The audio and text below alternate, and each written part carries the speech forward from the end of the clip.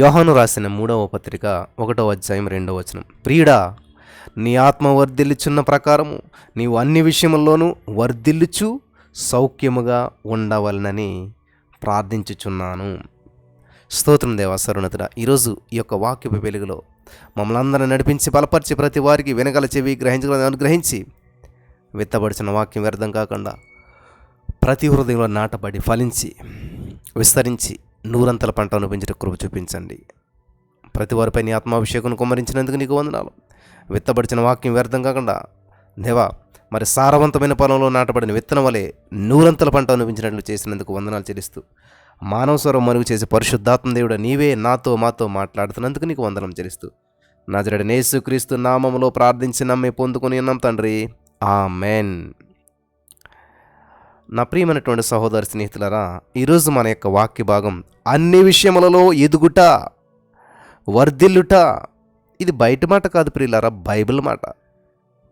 ఇక్కడ యేసుక్రీస్తు ప్రభువు ప్రేమించినటువంటి శిష్యుడైనటువంటి యోహాను గారు చెప్తున్న మాట ఏంటంటే, ప్రియుడా, బిలౌడ్, నీ ఆత్మలో ప్రాస్పర్, వర్ధిల్లుచున్న ప్రకారము నీవు అన్ని విషయములలోనూ వర్ధిల్లుచు సౌఖ్యముగా, సుఖముగా, ఆనందంగా, సంతోషంగా, ఆరోగ్యంగా ఉండవలనని నేను ప్రార్థించుచున్నాను. ఇది చాలామందికి సగం మాత్రమే అర్థం చేసుకుంటారన్నమాట. ఆత్మలో మాత్రమే వర్ధిల్లాలి, ఆర్థికంగా అలా ఉండాలి, ఎప్పటికి అదే ఇంట్లో ఉండాలి, ఎప్పటికి అదే స్థితిలో ఉండాలి, ఎప్పటికి అదే వర్ధిల్లకూడదు. కేవలం ఆత్మలో వర్ధిల్లాలి. నీ జీవితం అంతా కూడా సేవకు వచ్చినప్పుడు ఏ స్థితిలో ఉన్నావో చచ్చేదాకా అదే స్థితిలో ఉండాలంట. చాలామంది దీన్ని నమ్ముతూ ఉంటుంటారు. మరి ఇంకా అలాగైతే ఇంకెందుకు ఇది అంతాను? మీరు పుట్టినప్పుడు ఎలాగ ఉన్నారో చనిపోయినప్పుడు అలాగే ఉండాలి అంటే ఎలాగ ఉంటుంది? పేదవాడిగా పుట్టడం తప్పు కాదు, కానీ పేదవాడిగా మరణించడం తప్పు అని చెప్పి లోకంలో సామెత ఉంటుంది.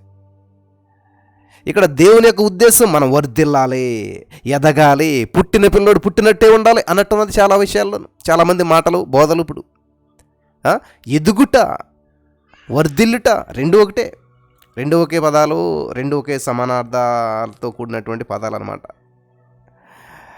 శిశువు అయినా, స్టూడెంట్ అయినా, డాక్టర్ అయినా, కలెక్టర్ అయినా, మీరైనా, నేనైనా, ఎవరైనా సరే ఎదగాలి. నీదే వృత్తి అయినా సరే నువ్వు ఎదగాలి, నీదే ప్రొఫెషన్ అయినా సరే నువ్వు ఎదగాలి. హల్లెలూయా. ఎదగటం అంటే సంఘం ఎదగాలండి, ఆత్మల్ని రక్షించాలి. ఇప్పుడు మీ ఊర్లో కాబట్టి నువ్వు సైకిల్ వేసుకుని వెళ్ళి నడిచి వెళ్ళేసి సువార్త చెప్పేస్తావు. పక్క ఊరికి వెళ్ళి సువార్త చెప్పాలంటే పరిగెత్తుకెళ్ళి చెప్తానంటే ఎలా ఉంటుంది? ఒకవేళ నీవు అంత దీనుడు అయ్యి పరిగెత్తుకెళ్ళి సువార్త చెప్తాక పరుగులు తీసావనుకో, అక్కడికి వెళ్ళేసరికి ప్రాణం ఉంటుందో పోతుందో.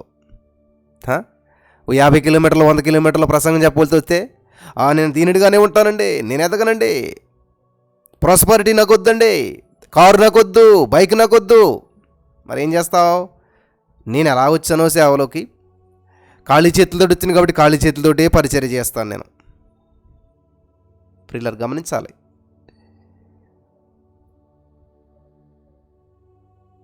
కానీ దేవుని ఉద్దేశం ఎదుగుట, వర్ధిల్లుట. కాబట్టి ఎవరైనా సరే ఎదగాలి. పురోగమనం లేదంటే తిరోగమనం మొదలైందని అర్థం. కాబట్టి 4 విషయాల్లో ఖచ్చితంగా ప్రతి వారు ఎదగాలి. ప్రతి క్రైస్తవుడు 4 విషయాల్లో ఖచ్చితంగా ఎదగవలసిన విషయాలు ఈరోజు మనం ధ్యానం చేసుకుందాం. అందులో మొట్టమొదటి విషయం ఏంటంటే చూసినట్లయితే మనం వాక్యానుసారంగానే వెళ్దాం. వాక్యం లేకుండా, రిఫరెన్స్ లేకుండా ఏది వెళ్ళొద్దు. మనం రోమాపత్రిక 5వ అధ్యాయం 5వ వచనం మనం చదువుకుని ముందుకు వెళ్దాం. ఎందుకనగా ఈ నిరీక్షణ మనల్ని సిగ్గుపరచదు, మనకు అనుగ్రహించబడినటువంటి పరిశుద్ధాత్మ ద్వారా దేవుని ప్రేమ మన హృదయములలో కుమ్మరించబడి ఉన్నది. హల్లెలూయా. ప్రియులు గమనించాలి. ఇక్కడ మనం గమనించినట్లయితే ప్రేమయందు ఎదగాలంట. మనం ఏం చేయాలంటండి? ప్రేమ, దేవుని ప్రేమ మన హృదయంలో కుమ్మరించబడి ఉన్నది. కాబట్టి ప్రేమ ప్రేమ ప్రేమ ప్రేమయందు ఎదగాలంటండి. కనిపించే సోదరుని ప్రేమించలేనటువంటి వాడు చూడలేనటువంటి దేవుణ్ణి ఎలా ప్రేమిస్తాడు? ప్రేమించలేడు. ప్రేమే జగత్తుకి మూలం, ప్రేమే దైవ స్వరూపం, ఆ ప్రేమే నిత్య జీవం అని పాడుకున్నాడు ఒక భక్తుడు. 100 భాషలు వచ్చిండి ప్రేమ భాష తెలియకపోతే ఏం లాభం చెప్పండి? కాబట్టి విశ్వాసము, నిరీక్షణ, ప్రేమ, వీటిలో ప్రేమే నిలుస్తుందంట. హల్లెలూయా. ఇది చాలా అద్భుతమైనటువంటి విషయం, అంశం.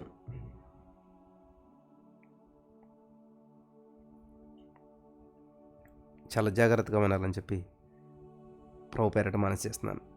నిలకడగా ఉండేది, నిజంగా ఉండేది, చివరకు ఉండేది ప్రేమ. బైబిల్ మొత్తం 2 అక్షరాల చేత నింపబడి ఉన్నది. బైబిల్ మొత్తం చూస్తే మీరు పరిశీలన చేస్తే ప్రేమ, ప్రేమ, ప్రేమ. యేసుక్రీస్తు ప్రభు ఈ లోకానికి వచ్చిందేంటి? ప్రేమ. యేసుక్రీస్తు ప్రభు లోకానికి ప్రేమ కానుకగా పంపబడ్డాడు. నిన్ను నన్ను ప్రేమించాడు కాబట్టి ఆయన ఆ ప్రేమ చేత వచ్చేసాడు ఇక్కడికి, నిన్ను విడిపించడానికి, నన్ను విడిపించడానికి. కాబట్టి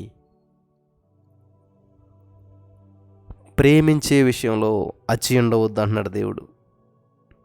ప్రేమించే విషయంలో అప్పు ఉండొద్దు. ఇక్కడ యోహాను గారు అన్న మాట ఎంత అద్భుతంగా ఉన్నదండి. ప్రియుడా, నీ ఆత్మ వర్ధిల్లుచున్న ప్రకారము ఆత్మ వర్ధిల్లాలి, ఆత్మీయంగా వర్ధిల్లాలి. ఆగిపోమని లేదు అక్కడ. ఆత్మీయంగా వర్ధిల్లు, దినదినము ప్రార్థనలు, వాక్యంలో అన్నట్లు అభివృద్ధి చెందు భక్తిలో. ఎస్, కానీ అక్కడ ఆగిపోద్దు. అన్ని విషయాల్లో కూడా వర్ధిల్లాలి, సౌఖ్యంగా, సుఖంగా ఉండాలి, సంతోషంగా ఉండాలి, ఆరోగ్యంగా ఉండాలి. హల్లెలూయా.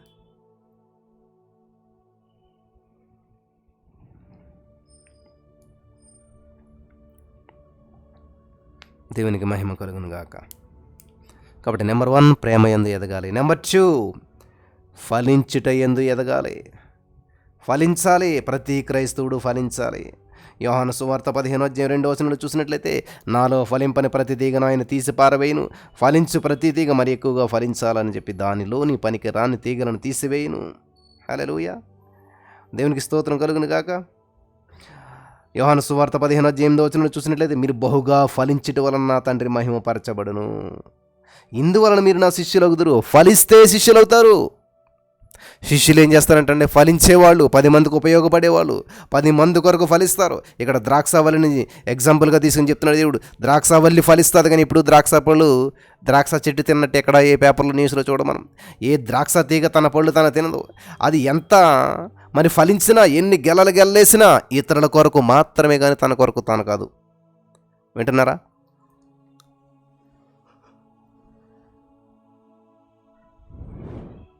కాబట్టి ఫలించేటువంటి వారు ఫలిస్తారు. మంచిదే. ఎందుకు ఫలిస్తున్నావు నువ్వు?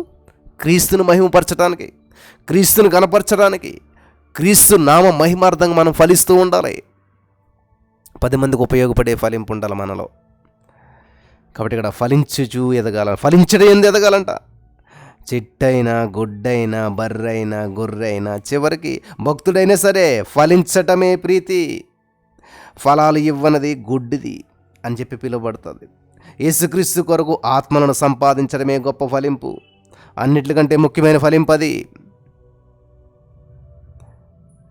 కాబట్టి ఆత్మలు సంపాదించడమే మంచి అద్భుతమైన ఫలితం. అది ఫలింపు అంటారనమాట. ఒకవేళ ఎంతమందికి ఫలించలేదా? అయితే ప్రారంభించండి. నెంబర్ 1 ప్రేమలో ఎదగాలి. నెంబర్ 2 ఫలించడం ఎదగాలి. నెంబర్ 3 విశ్వాసంలో. హల్లెలూయా. 2 తెస్సలోనికీయులకు రాసిన పత్రిక 1:3 మనం చదివినట్లయితే, సహోదరులారా, మేమెల్లప్పుడు మిమ్మల్ని గురించి దేవుని కృతజ్ఞతాస్తుతులు చెల్లించుటకు బద్ధులమై ఉన్నాము. ఇది యుక్తమే. ఏలైనగా మీ విశ్వాసం బహుగా అభివృద్ధి పొందుచున్నది. హల్లెలూయా. ఏం చెందుతుందంటండి? విశ్వాసము. క్రైస్తవుడు ఎదిగాడంటే దేనిలో ఎదిగితే అతడు ఎదిగినట్టు, విశ్వాసంలో ఎదిగితే అతడు ఎదిగినట్లు. దేవునికి నీవిచ్చేటువంటి కానుకలు ఆశ్చర్యపరచలేవు, కానీ నీ విశ్వాసం ఆశ్చర్యపరుస్తుంది. అవునా బ్రదర్? ఎస్, నీ విశ్వాసము దేవుణ్ణి ఆశ్చర్యపరుస్తుంది.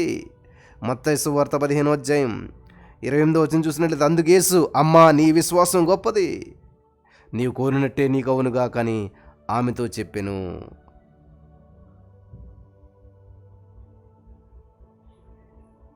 హల్లెలూయా. దేవునికి స్తోత్రం కలుగును గాక.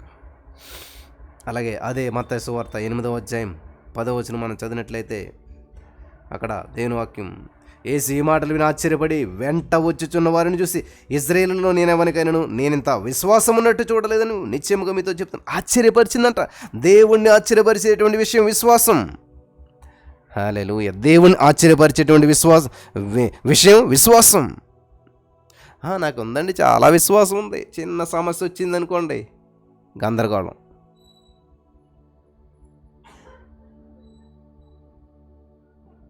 హల్లెలూయా. నెంబర్ 4 చివరిగా ఇంకోటి చూసుకుందాం మనం.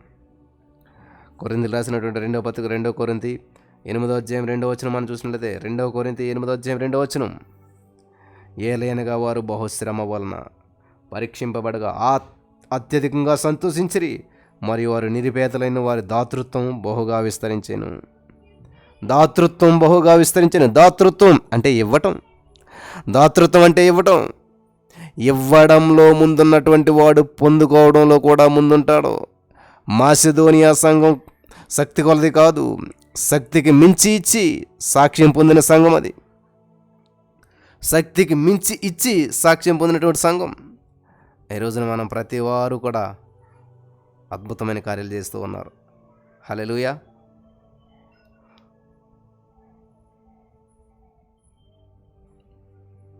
కాబట్టి ఈ రోజున దాతృత్వం అంటే ఇవ్వడం. ఇవ్వడంలో ముందున్నవాడు పొందుకోవడంలో కూడా ముందుంటాడు. మాస్తోనే సంఘం శక్తి కొలది, మరి శక్తికి మించిచ్చి గొప్ప సాక్ష్యం పొందినటువంటి సంఘం. ఎదుగుట మంచిది, మన మనస్సుకు సంతోషం, ఆత్మకు ఉల్లాసం కలుగుతుంది. ఎదిగితేనే లోకం నీ వైపు చూస్తుంది, గౌరవిస్తుంది, లేకపోతే నిన్ను చూసి విస్తుపోతుంది. ప్రియులారా, ఎదుగుట అంతే. ఎదిగినట్లు బడాయిపోకు, లెక్కలప్పుడు చిక్కిపోతావు, జాగ్రత్త, దేవుడు లెక్కిస్తాడు. హల్లెలూయా. కాబట్టి 4 విషయాల్లో ప్రేమయందు, ఫలించడందు, విశ్వాసమందు, దాతృత్వమందు ఖచ్చితంగా ఎలగాలి. హల్లెలూయా. స్తోత్రం దేవా. సర్వోన్నతుడా, ఈరోజు ఈ యొక్క మధ్యాహ్నకాల సమయంలో ఊహించిన రీతిలో మమ్మల్ని అందరినీ నేను స్తుతించి నేను మహింపరిచే భాగ్యం ఇచ్చావు. ప్రతి బంధకాల నుంచి, ప్రతి సమస్య నుంచి విడిపించి నడిపించి గొప్ప కార్యం చేయమని యేసు నామములో ప్రార్థించిన మీ పొందుకుని నమ్మ పరమ తండ్రి. ఆమెన్.